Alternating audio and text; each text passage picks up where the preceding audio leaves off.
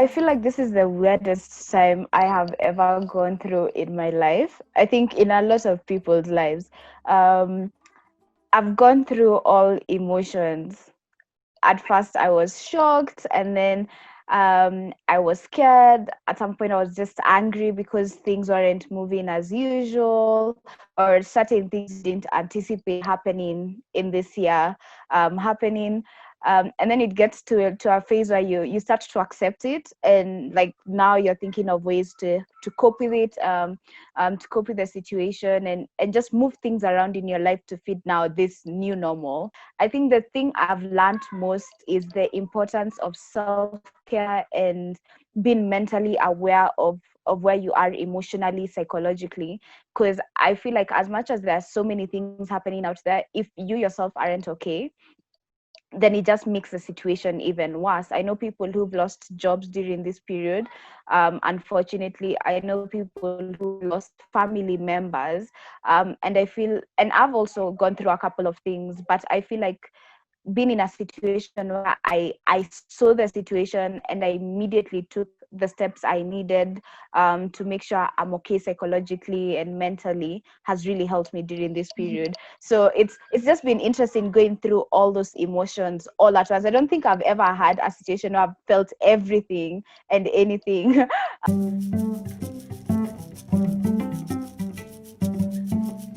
So every single day I'm assigning tasks. And even when I'm assigning tasks, it's not just only work, it's also self-care tips on what I should do on each day. I've been making a habit of making gratitude lists.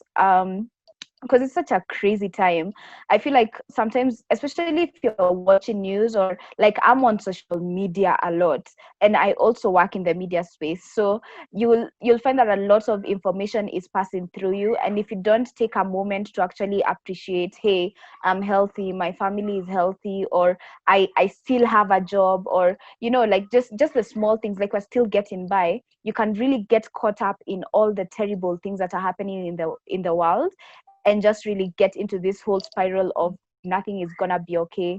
Something else that I really enjoyed from the onset was making calls every single week to friends and family, just to check up on them, hear their voices. Because with in Kenya, we have a cessation of movement, so you're not allowed to move up and down as usual. So you can't get to see your friends and your family. And I found that having video calls, Zoom calls, or just having a phone call with your loved ones and just checking in made it a bit more easier, and took the anxiety out of the way. And also getting into a space where like I'm accepting the situation. I think it's very important to really just look at what is happening and accept it. I feel like a lot of people took too long to realize that this is something that the world is going through, not just one country. And the faster you accept it and start moving things around you, the easier it will be for you to adjust. I'm still dreaming large. um, I'm thinking of activities I can do next year, or in the next 6 months. And that's basically creating that positive mindset, having something you can look forward to.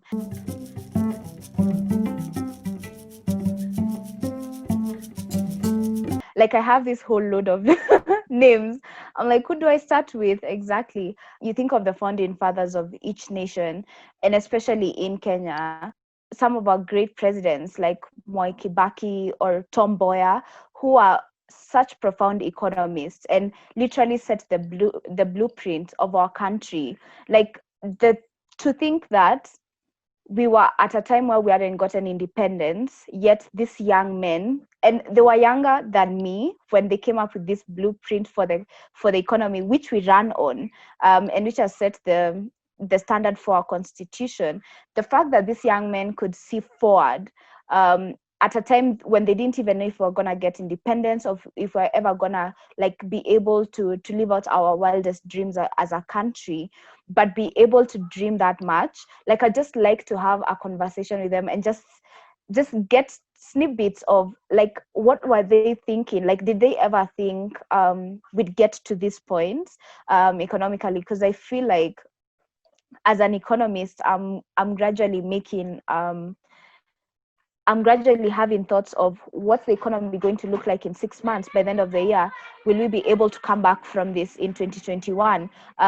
Will I be able to achieve my financial goals or my career goals in the next 5 years? And to think of such great men and women as well who are able to think beyond their wildest dreams.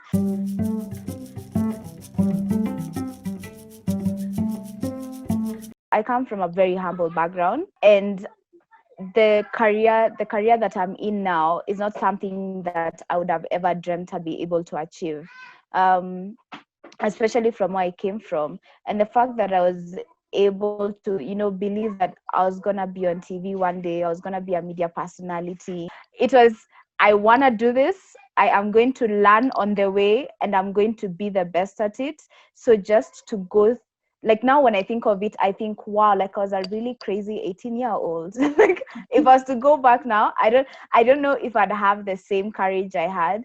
I've had so many no's. I've been told I can't do this because I haven't studied for it. I've been told I'm too young. I have been told I need to wait my turn. I've been told that a girl from a slum wouldn't be able to speak as eloquently. I have gotten so many negative comments. And the fact that I've gotten here, I feel like that's honestly like just living out my wildest dream. Like, just to stay that focused, I think took a lot. Took a lot of courage, took a lot of discipline. I had to give up so much. My family had to give up so much to support me.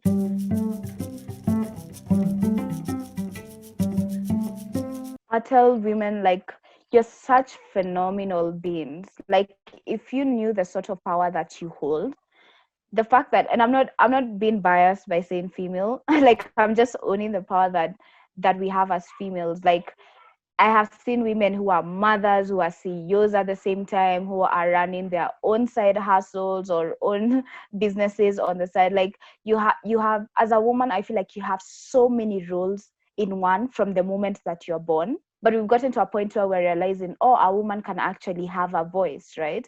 But we haven't gotten to a point where we're like, oh, like, you have this right to do whatever you dream of. And I'd say keep pushing, keep believing in that power that you are innately born with, the grace that you're born with, that you can do anything you set your mind to. Keep running with that. Don't ever lose focus. Don't be derailed by other people's opinions, other people's views of you. Dream big and go after it. Like, the things that women are capable of, bringing life into this world, nurturing that life.